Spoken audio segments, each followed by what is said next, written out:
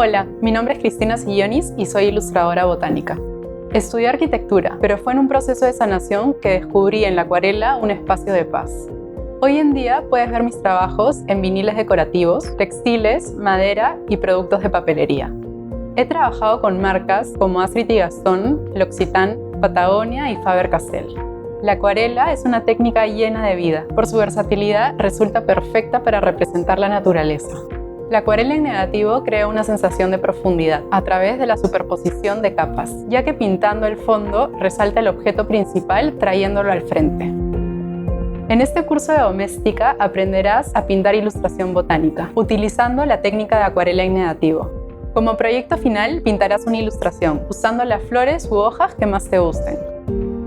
Primero, te enseñaré ilustraciones que aplican la técnica de acuarela en negativo. Después, hablaré de los materiales que vamos a necesitar y los que recomiendo. Luego, haré una introducción a la teoría del color y te enseñaré algunos ejercicios para soltar la mano con las acuarelas. Posteriormente, buscaremos imágenes para crear un moodboard que nos servirá de mapa para nuestra ilustración. Una vez hecho esto, harás un boceto a lápiz y empezaremos pintando el fondo para lograr profundidad. Luego aplicaremos capas de color sobre los elementos botánicos y finalmente trabajaremos los detalles y las mejores maneras de compartir tu arte.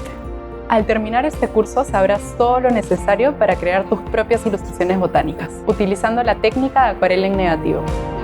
Para llevar este curso es preferible si tienes conocimientos básicos de dibujo. Además, debes contar con limpiatipo, una base de trupán, masking tape, cartulina para acuarela, acuarelas, paleta y pinceles. Este curso va dirigido a todos los que tengan un amor especial por las plantas, o también para los que estén en búsqueda de un pasatiempo, para desconectarse y llenarse de paz. Encuentra tu equilibrio interno recreando con acuarela la obra más perfecta que existe, la naturaleza.